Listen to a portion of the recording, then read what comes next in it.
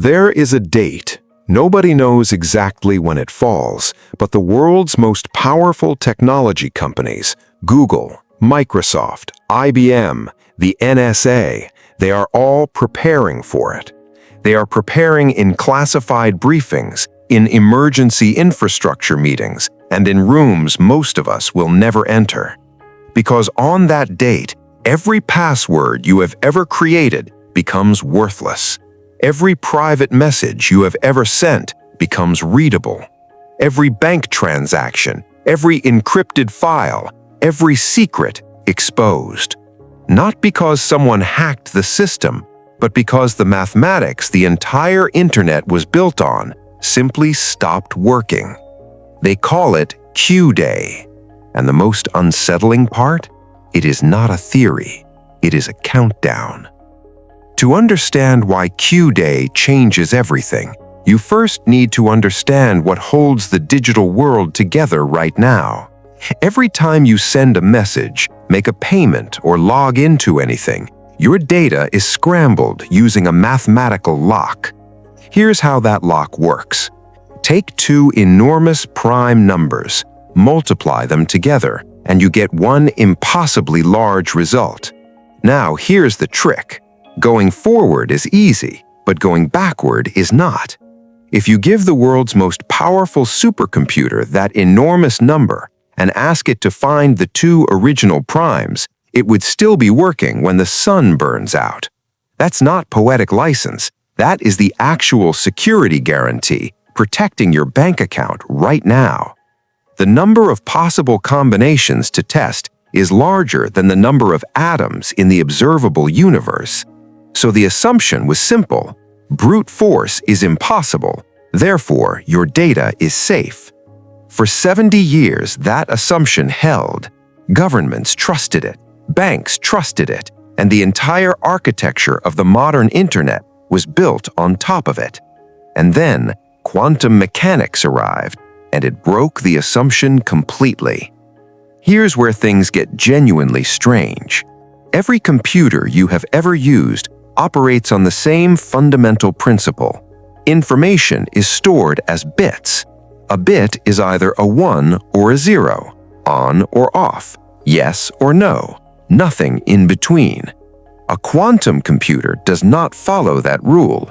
Instead of bits, it uses something called qubits, and a qubit can be a 1, a 0, or both simultaneously. Not because we don't know which one it is, but because at the quantum level, it genuinely holds both possibilities at the same time. This is not a metaphor. This is how reality actually behaves at the subatomic scale. Now imagine what that means for a problem involving billions of possible combinations. A classical computer checks them one by one, 1, 2, 3, 4, working through possibilities in a queue until it either finds the answer or runs out of time. A quantum computer explores many possibilities at once, not sequentially, but in parallel across what physicists describe as a higher dimensional space of probability, which means certain problems, specifically ones involving enormous combinations and complex mathematics that would take a classical computer millions of years, a sufficiently powerful quantum computer could crack in hours. And the specific algorithm that breaks encryption was proven mathematically possible back in 1994. A mathematician named Peter Shor demonstrated that a quantum computer could use superposition to find the prime factors of a large number in a fraction of the time. The math is not theoretical. It has been proven. The physics is achievable. The only remaining question is engineering. How soon can we build a machine powerful enough to run it? In December 2024, Google unveiled a quantum processor called Willow, 105 qubits, and for the first time in the history of quantum computing, as the system grew larger, the error rate improved. Not stayed the same, but improved. That had never happened before, because the fundamental challenge in quantum computing is stability. Qubits are extraordinarily fragile. The moment they interact with their environment, they lose their quantum state entirely. For years, building a bigger quantum computer just meant building a bigger source of errors. Willow showed that might no longer be true. A benchmark calculation that would take a classical supercomputer 10 septillion years, Willow completed in 5 minutes. The wall between us and Q-Day is no longer physics, it is no longer mathematics, it is engineering, and engineering is just a matter of time. So what actually happens when that wall falls? The immediate effects are not subtle. Every website running HTTPS encryption, the padlock you see in your browser that tells you a connection is secure, becomes theater. Every signed software update, the process that tells your phone or laptop that an update genuinely came from Apple or Microsoft, becomes forgeable. Every encrypted message ever sent, including ones sent years or decades before Q-Day, becomes readable. That last point is the one that should stop you cold, because it is already happening. Right now, there are actors, state-level, well-resourced, and patient, who are quietly harvesting encrypted data.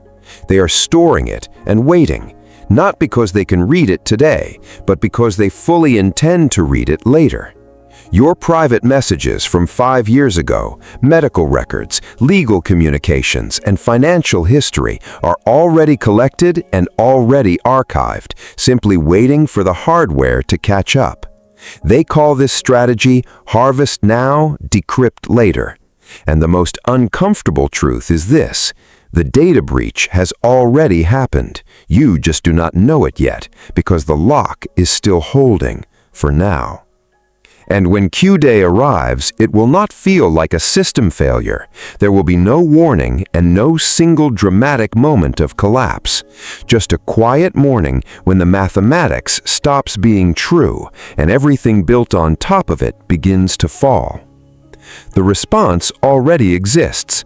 Mathematicians have developed new encryption systems, ones that quantum computers cannot break, known as post-quantum cryptography. The problem is not the solution, the problem is the migration. Replacing the encryption that the entire internet sits on is like replacing the foundations of a building while the building is still fully occupied. And not everyone will move at the same speed. Major banks will migrate first, governments of wealthy nations will follow, then large institutions, then smaller ones, then, much later, if ever, legacy systems in developing economies and old infrastructure. When systems that have migrated try to communicate with ones that have not, the security of the connection drops to the weakest link. The single global internet that has operated on a shared cryptographic language for 30 years will begin to fragment into layers and tiers, some secure, some not, and the borders between them will be invisible to the user. But here's the thing the doom framing always misses. Quantum computing is not just a wrecking ball, it is also a key. Every drug currently developed through trial and error, because we cannot simulate molecular interactions at the quantum level, could instead be designed from first principles. Every battery chemistry we're stuck with, and every solar panel converting only a fraction of incoming light, could be replaced with materials engineered at the atomic level from scratch. Every optimization problem that modern civilization solves approximately, supply chains, power grids, financial systems, could be solved precisely. Q-Day is the disruption, but it is also the doorway. The civilization on the other side of it will be able to do things that the digital age never could.